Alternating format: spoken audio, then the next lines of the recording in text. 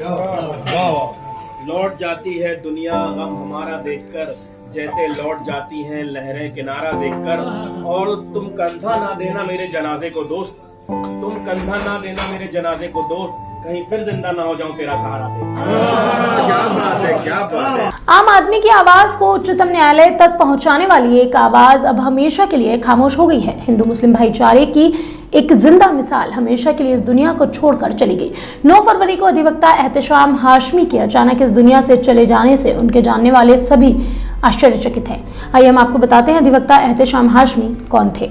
मध्य प्रदेश के सागर में जन्मे एहतेशाम हाशमी ने अपनी प्रारंभिक शिक्षा कटनी और सागर से की। एक मध्यम वर्गीय परिवार से आने वाले अधिवक्ता एहतेशाम हाशमी के पिता शरीफ हाशमी रेलवे में ऑफिसर थे। घर में सरकारी नौकरी का माहौल होने के बावजूद एहतेशाम हाशमी को सामाजिक कार्य करने का जुनून था। अधिवक्ता एहतेशाम हाशमी बचपन से ही अपना पक्ष रखने का बेहतरीन सलीका जानते थे, इसीलिए उनके शिक्षक और उनके सहपाठी एहतेशाम हाशमी के जरिए ही अपनी बात प्रिंसिपल तक भी पहुंचाया करते थे। उनकी ऐसी बात करने की काबिलियत पर उनके शिक्षकों और दोस्तों को इतना भरोसा था कि उन्होंने एहतेशाम हाशमी को वकील बनने की नसीहत दी। महान रेजिमेंट पब्लिक स्कूल सागर और एसजी मेमोरियल स्कूल कटनी से स्कूली शिक्षा पूरी करने के बाद एहतेशाम हाशमी ने डॉक्टर हरि सिंह गौर विश्वविद्यालय सागर के 5 ईयर LLB प्रोग्राम में एडमिशन लिया।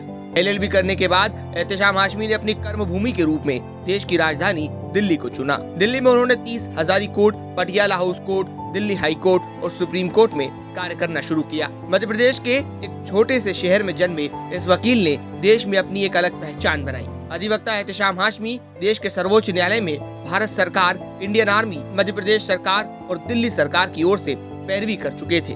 इसके अलावा एहतेशाम हाशमी 2G स्पेक्ट्रम घोटाले में भी पैरवी कर चुके थे। इतने उच्च स्तर पर रहने के बावजूद बेहद सामान्य जीवन जीने वाले अधिवक्ता एहतेशाम हाशमी जीवन भर सामाजिक कार्यों में बढ़ चढ़कर हिस्सा लेते रहे। हाल ही में इंदौर में तस्लीम चूड़ीवाले के साथ कुछ नफरती लोगों ने मारपीट की। चूड़ीवाले की तरफ से जब उन लोगों पर FIR की गई तो जवाबी कार्यवाही में चूड़ीवाले पर भी मामला दर्ज करवा दिया गया।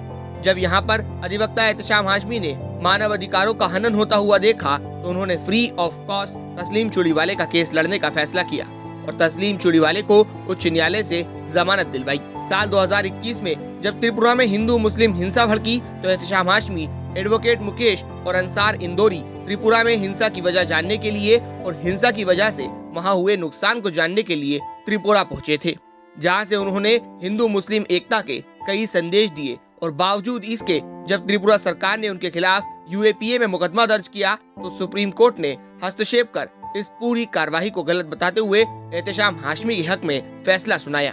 कई हाई प्रोफाइल केस में पैरवी कर चुके अधिवक्ता एहतेशाम हाशमी चाहते थे कि निर्धन व्यक्ति को भी न्याय उतनी ही आसानी से मिलना चाहिए जितना पैसे वालों को मिलता है। इसी मुहिम के चलते उन्होंने जस्टिस फॉर ऑल नामक एक प्रोग्राम भी शुरू किया था, जिसमें वो उन लोगों की लड़ाई फ्री ऑफ कॉस्ट लड़ते थे जो लोग पैसों की कमी के कारण अपनी आवाज हाई कोर्ट और सुप्रीम कोर्ट तक नहीं पहुंचा पाते थे। अधिवक्ता एहतेशाम हाशमी के साथी एडवोकेट ज्वलन सिंह चौहान बताते हैं कि एहतेशाम हाशमी हमेशा इंसानियत को ही सर्वोपरि मानते थे। ज्वलन सिंह कहते हैं कि अधिवक्ता एहतेशाम हाशमी हिंदू मुस्लिम भाईचारे की एक जिंदा मिसाल थे। एहतेशाम हाशमी के आखिरी समय में भी उनके साथ उनके जूनियर नीरज थे। 9 फरवरी 2023 को अचानक से अधिवक्ता एहतेशाम हाशमी का हार्ट अटैक के कारण निधन हो गया।